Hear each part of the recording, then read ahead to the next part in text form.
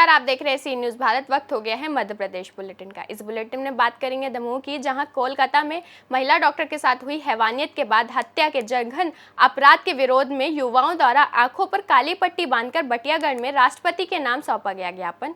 आगे चर्चा करेंगे धार की, जहाँ जिले के बदनावर विधानसभा के विधायक शेखावत ने मनाया अपना अनूठा जन्म दिवस। ऐसी तमाम खबरों पर करेंगे विस्तार से चर्चा।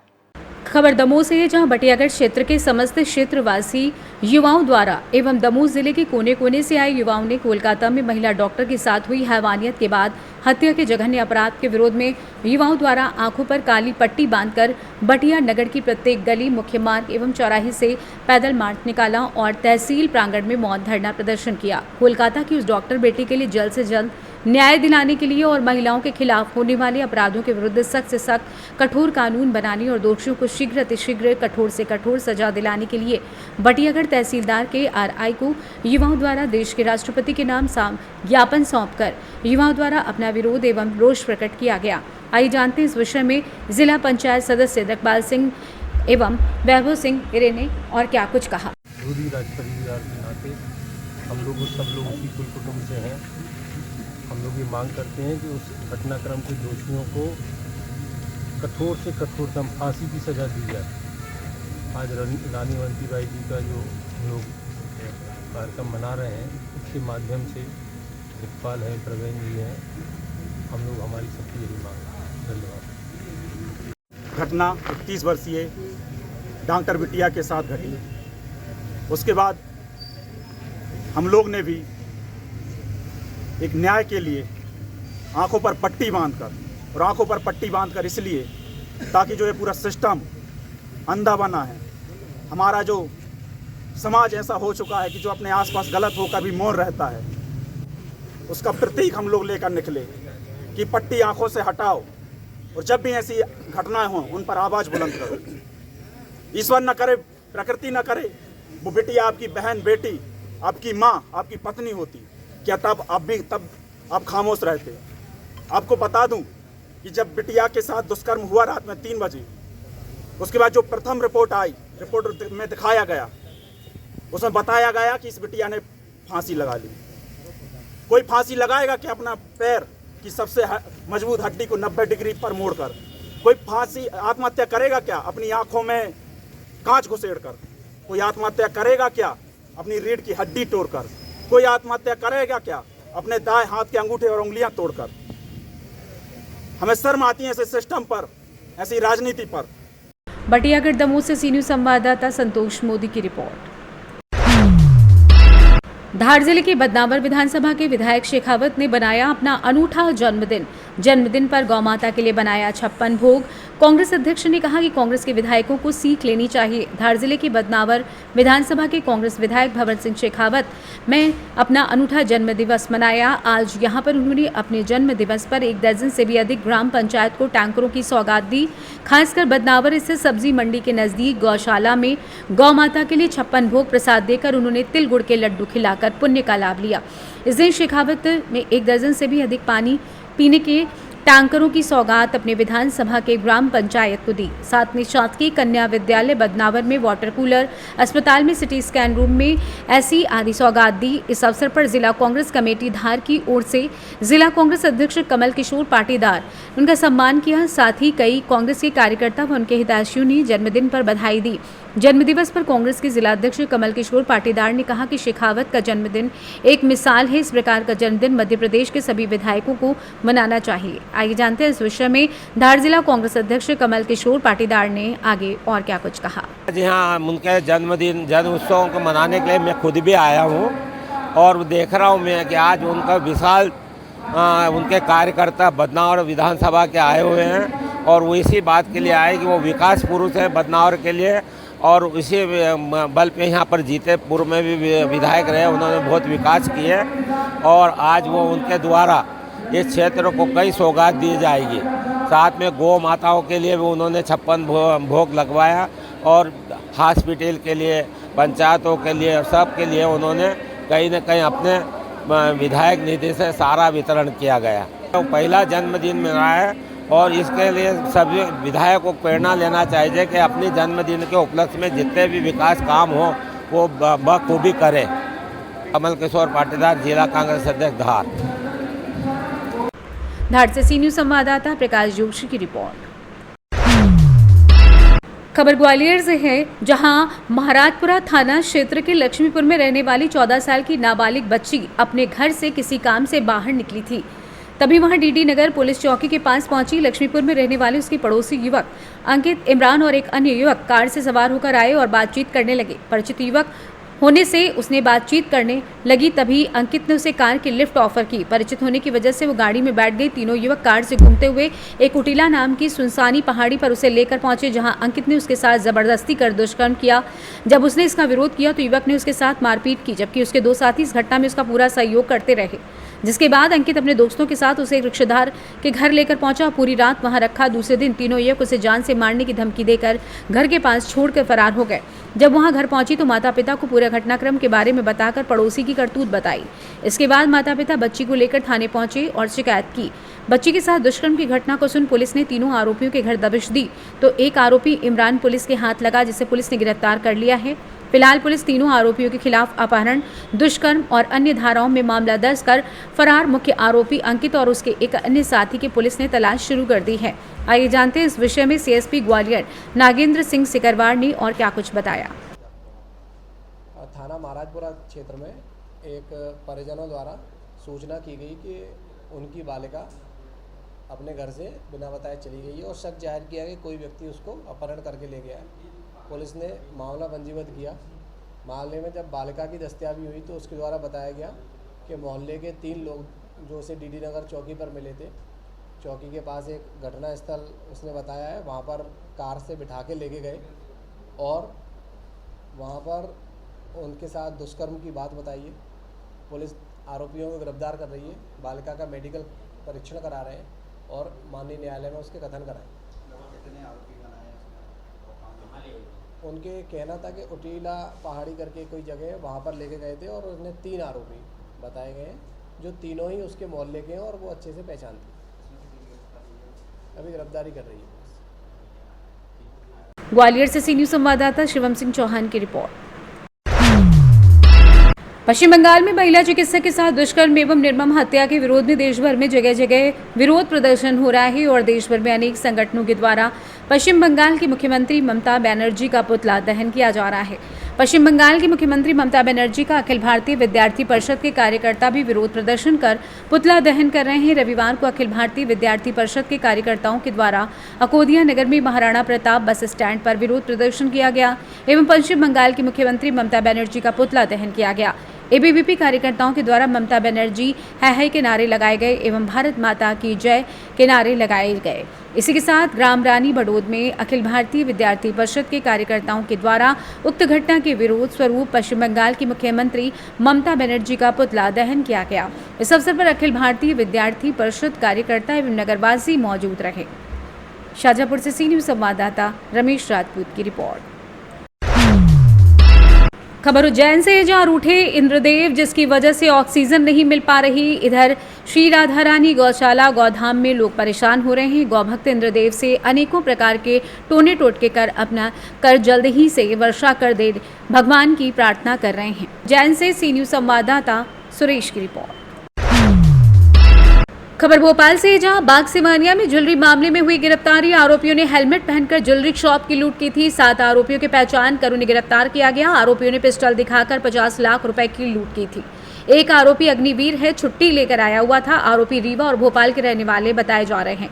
महंगे शौक और कर्ज चुकाने की वजह से लूट की थी। घटना हुई थी, जिस घटना में खासतौर पे एक ज्वेलर की दुकान में इस तरह की घटना हुई थी और उस घटना में खासतौर पर मुंह पर हेलमेट बांध करके उसके नीचे मफलर बांध करके एक दुकान में कोशिश की गई। हम लोग तत्काल उसमें रात के लगभग 1 बजे के आसपास वहाँ पूरी टीम पहुंची थी और उस घटना से जुड़े तारीख तथ्यों का सर्वेक्षण किया गया। उसमें पाया गया कि तत्कालिक तौर पे जो भी जानकारी मिली उसे पुलिस ने वही कार्रवाई करनी शुरू की और लगभग 24 घंटे के अंदर आरोपियों की पहचान कर ली गई। अभी तक उसमें खासतौर पे जो आरोपी हैं उन आरोपियों की न सिर्फ पहचान कर ली गई है, बल्कि उसमें कुल जो 4 आरोपी हैं और उसमें कुछ 2 आरोपियों के नाम अभी और बढ़े हैं, तो उन सभी लोगों को पहचान करके उसमें सभी को लगभग पुलिस ने गिरफ्तार कर लिया है। उसमें खास जो मुख्य तौर पे जो 2 आरोपी हैं, जो कि जिनके हाथ में पिस्टल थी और खासतौर पे ज्वेलरी शॉप पे पहुंचे थे, उन लोगों के पहुंचने के समय उसमें एक खास चौंकाने वाली जो बात सामने आई थी, उसमें जो मुख्य आरोपी जिसने इस लूट को अंजाम दिया वो इसमें पठानकोट में अग्निवीर में वहां पर पोस्टेड है और वहां से छुट्टी के लिए 15 दिनों के लिए यहाँ पर आया हुआ था। यहाँ पर मुख्य करके मोहित नाम का जो आरोपी है, उसके साथ साथ दूसरा जो उसका साथी आकाश है और वह जो है एक आरोपी रीवा का रहने वाला है, एक आरोपी यहाँ पर अपने कुछ रिश्तेदारों के साथ रहता था।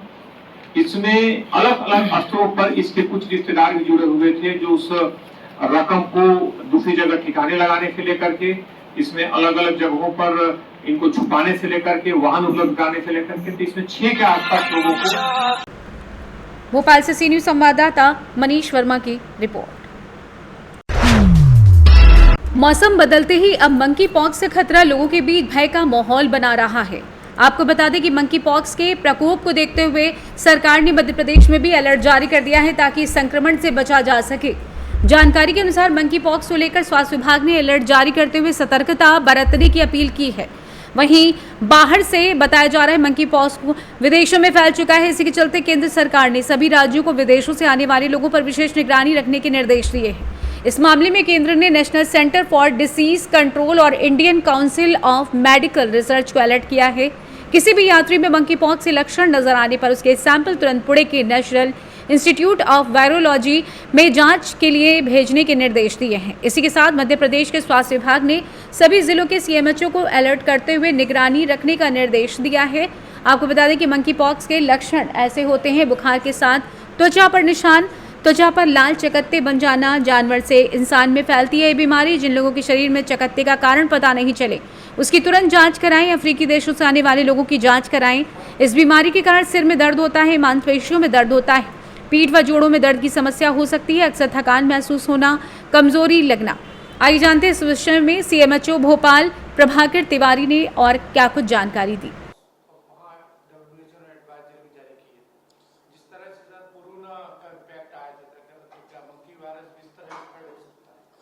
देखिए, जैसा आपने खुद ही बताया कि जो पॉक्स वायरसेस रहते हैं वो लगभग एक ही तरह से बिहेव करते हैं। हमने पहले स्मॉल पॉक्स और चिकन पॉक्स देखा है। स्मॉल पॉक्स को हम एरिडिकेट कर चुके हैं और चिकन पॉक्स अभी भी जब मौसम चेंज होता है, स्पेशली जब फेवरेबल कंडीशंस होती है उस वायरस के लिए, तो देखने को मिलता है जो ड्रॉपलेट इन्फेक्शन से फैलता है और साथ में जो उसके ब्लिस्टर्स रहते हैं और जो लिक्विड रहता है वो भी इन्फेक्टिव होता है।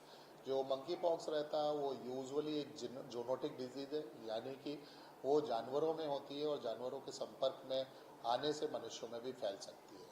अगर ये मनुष्यों में होती है तो दूसरे पॉक्स की जगह इससे शरीर में, पूरे शरीर में छाले दिखाई दे सकते हैं, बुखार आ सकता है, इसके अतिरिक्त मसल क्रैम्प्स हो सकते हैं। तो जो नॉर्मल वायरल डिजीजेज में देखने को मिलते हैं उसी तरह के इसमें भी साइंस एंड सिम्टम्स देखने को मिलते हैं। इसका कोई स्पेसिफिक ट्रीटमेंट नहीं है। जो भी इसमें ट्रीटमेंट दिया जाता है वो सपोर्टिव एंड सिम्टोमेटिक ट्रीटमेंट रहता है। हालांकि इसमें एक जो राहत की बात है, इसमें केस फर्टिलिटी काफ़ी कम होती है। अभी तक जो केस फर्टिलिटी रिपोर्टेड है वो लगभग 0.16% यानी 0.2% से भी कम है। तो इसलिए इसमें के केसेस चूँकि हिंदुस्तान में आमतौर पर देखे नहीं जाते, जैसा कि लोगों ने बताया कि 2022 में कुछ केसेस केरला में देखे गए थे, पर उसके बाद दूसरे हिस्सों में भारत के अभी तक नहीं देखे गए। इसलिए सरकार का जो IHIP सिस्टम रहता है, जो डिजीज सर्विलेंस सिस्टम रहता है, वो किसी भी डिजीज पर लगातार निगरानी करता है और अगर कोई भी केस देखने को मिलता है तो उसके लिए तुरंत रिस्पॉन्ड करता है और साथ में एडवाइजरी भी जारी करता है। तो अगर हिंदुस्तान में कोई भी केस या सस्पेक्टेड केस सामने आएगा तो निश्चित तौर पर हमारी केंद्र सरकार और राज्य सरकार इसके लिए एडवाइजरी भी जारी करेगी और इसके लिए दूसरे प्रयास और प्रबंध भी करेगी। भोपाल से सी न्यूज संवाददाता मनीष वर्मा की रिपोर्ट। खबर बुधनी से है, जहां देवरों ने अपनी भाभी को नादनेर नर्मदा पुल से नीचे पानी में फेंक दिया। महिला ने आधा किलोमीटर तैरकर पास के ग्राम ढाना पहुंचकर किसी तरह अपनी जान बचाई। महिला के अनुसार उसके घर में थोड़ा झगड़ा हो गया था, जिसको लेकर महिला के सास और देवर ने उसके पति को जेल भिजवा दिया था। महिला को पति की जमानत कराने का बोलकर साथ में लेकर आया देवर। कुछ देर चलने के बाद अन्य 2 और देवर रास्ते में मिल गए। कुछ दूर तक चारों लोग एक ही बाइक पर सवार होकर चलते रहे। कुछ देर के बाद एक रास्ते में देवर उतर गया और बाकी 2 देवर महिला को लेकर नांदेड़ नर्मदा पुल पर ले आए, जहां पर लाने के उपरांत महिला को नर्मदा पुल से नीचे पानी में फेंक दिया और वहां से चले गए। जैसे तैसे महिला ने तैरकर नर्मदा किनारे के गांव ढाना पहुंचकर अपनी जान बचाई। वहां महिला रात में रुकी और पहनने के कपड़े लिए सुबह आकर अपनी आपबीती सुना रही है। घटना शनिवार की बताई जा रही है। पूरा मामला बुधनी तहसील के शाहगंज थाना क्षेत्र का बताया जा रहा है। घर सो रही थी, घर कोई नहीं था। मेरे पति थाने में थे, छूट के आ रहे थे। अच्छा, रात के पति का केस में थाने में है?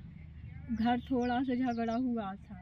अच्छा, तुम नहीं बंद करवाए? नहीं, तो हमारी सास ने और अच्छा। देवर ने। और फिर तुम्हें उठा के यहाँ लिया है? हाँ, तो 2 दिन भय थे, कल परसों के दिन अंदर भय थे और कल छूट के आ रहे थे रात के। अच्छा। हाँ, तो उनसे पहले दिन के जो देवर पहुँचे, मैं सेमरी गई थी छोटा भी, तो वहाँ से मोह लौटा कर ले आनी कहीं उतर मत जानो। बाकी बाद में घर लान के ऐसे ही चिल्ला चोंच करी, गाली बकवास भी करी और चाबी ट्रैक्टर की छुड़ा के रख ली। अच्छा। घर की चाबी रखी छुड़ा के। हाँ। और फिर शाम के आए 7, साढ़े 7, 8 बजे करीब। हाँ। तो मैं से कहीं जमानत करवा भी चल रहा है, बाकी जमानत अब ही हो रही, मैं हाँ। करवा रहा हूँ। तो मैंने कहा मैं साथ में आ गई। तो मैं शुरू घर से लेके आए देवर और थोड़ी दूर जाकर भी 3 जने हो गए। 2 कौन थे? 2 है थे, एक है तो उनके चाचा को लड़का राहुल और एक है तो कामता प्रशांत बड़े पापा को लड़का। अच्छा। हाँ, तो जहाँ भान से उन रास्ता में सतबासी की जहाँ तक है ना, 3 जने लेके आए, 4 बैठ का एक ही गाड़ी है। और वहाँ वो एक उतर गया और 2 जने मेरे यहाँ लेके आ गए। बुधनी से सी न्यूज संवाददाता पीयूष बिल्लौरे की रिपोर्ट। 14 अगस्त 2024 की शाम 7 बजे फरियादी भारत राठौर अपनी ज्वेलर्स की दुकान को बंद करके घर चला गया।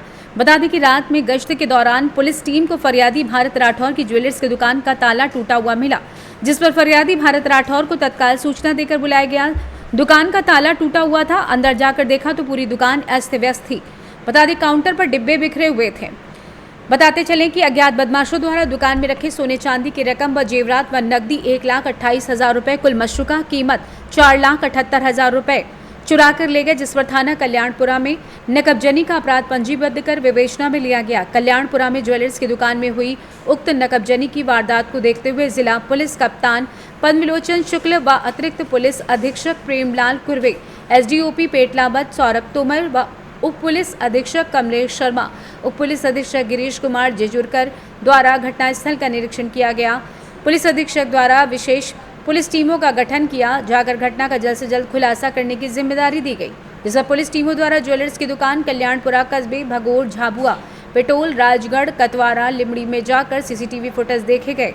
साथ ही अपने विश्वसनीय मुखबिरों को लगाया गया। प्राप्त सीसीटीवी फुटेज के आधार पर अज्ञात बदमाशों की पहचान हुई, जिस पर पुलिस टीम द्वारा त्वरित कार्रवाई करते हुए 3 आरोपियों को गिरफ्तार कर लिया गया है। आरोपियों के कब्जे से 4 किलो चांदी के आभूषण, कुल कीमत 3,44,000 रुपए, 30,000 की नकदी व 2 मोटरसाइकिल जब्त की गई है। झाबुआ से सी न्यूज संवाददाता मनीष कुमट की रिपोर्ट। रीवा शहर स्थित बड़ी पुल के पास पुष्पराज नगर में अधिवक्ता शिव सिंह के घर के बगल स्थित स्वर्गीय गंगा प्रसाद पांडे के मकान की छत में रात्रि 2 बजे एक चोर चढ़ा था। उक्त पूरे मकान में किराएदार रहते हैं। मकान मालिक का परिवार दूसरी जगह निवासरत है। जैसे ही चोर की भनक किराएदारों को लगी, उन्होंने बगल में निवासरत अधिवक्ता शिव सिंह को जगाया। उसके बाद चोर को पकड़ लिया। चोर के मुताबिक और भी लोग उसके साथ थे, जो मोहल्ले वासियों का हल्ला सुनकर भाग गए। चोर के से नाम पूछने पर पहले उसने अपना नाम गलत बता रहा था। इसके बाद उसकी आईडी चेक की गई, तब ज्ञात हुआ कि उसका नाम संतराम बरगड़े है। तभी अधिवक्ता शिव सिंह ने चोर को छत से नीचे उतरवाया और रात्रि 3:01 पर सीएसपी रीवा को फोन किया। फोन रिसीव नहीं होने पर तत्काल 3:05 पर कंट्रोल रूम रीवा को फोन किया। कंट्रोल रूम के माध्यम से सिटी कोतवाली पुलिस को भेजा गया, जहां रात्रि 3:30 पर चोर को पुलिस के हवाले कर दिया गया। बताओ अपना नाम बताओ। संतराम बरगड़ी है? संतराम बरगड़ी। कहाँ के हो? जबलपुर। यहाँ क्या करते हो? यहाँ पे सीलिंग मशीन चलाते हैं। किसके यहाँ? बबली तिवारी। कहाँ का है बबली तिवारी? तिवारी तिवारी। कहाँ के हैं? कहाँ के अभी तो नया हुए। तो और घर किराए रहते कहाँ हो यहाँ? अभी यहीं पे रहते हैं। दोस्त आता है अभी झरने के पास में। हाँ। अब इसने बात किया 2 मिनट के लिए। किससे? मेरा मोबाइल लिया है। कौन? ये तो यहीं पे हाँ। आ रहा हूँ बोले बात करने के लिए। कहाँ दोस्त? यहीं पे लिया था एक मोबाइल मेरा वाला। हाँ। बात करने के लिए। तो अभी तक आए नहीं। इस सब तो तुम छत में कैसे चढ़ गए? हाँ। कैसे छत में कैसे चढ़ा है? वही दिक्कत हो गई। कैसे चढ़ गए छत में? कहाँ चढ़े तुम? कहाँ चढ़े तुम? चढ़े कहाँ छत में? वो दर में मतलब वो छत में तुम कहाँ से चढ़े हो? चढ़े नहीं वो सब बात। कैसे छत गए? छत में कैसे चढ़ गए? छत में कैसे चढ़े हो? कहाँ से चढ़े हो? किधर से चढ़े हो? वही तो बोल रहे हैं, कहाँ से चढ़े? पहले तो बताओ ना। कहाँ से रात के समझ रहे हो कितना बजा है? क्या बजा है? 2 बज गए। हैं? 2 बज गए ना? रीवा से सी न्यूज़ संवाददाता अर्जुन तिवारी की रिपोर्ट। फिलहाल इस मध्य प्रदेश बुलेटिन में बस इतना ही। ऐसी तमाम खबरों के लिए देखते रहिए सी न्यूज़ भारत।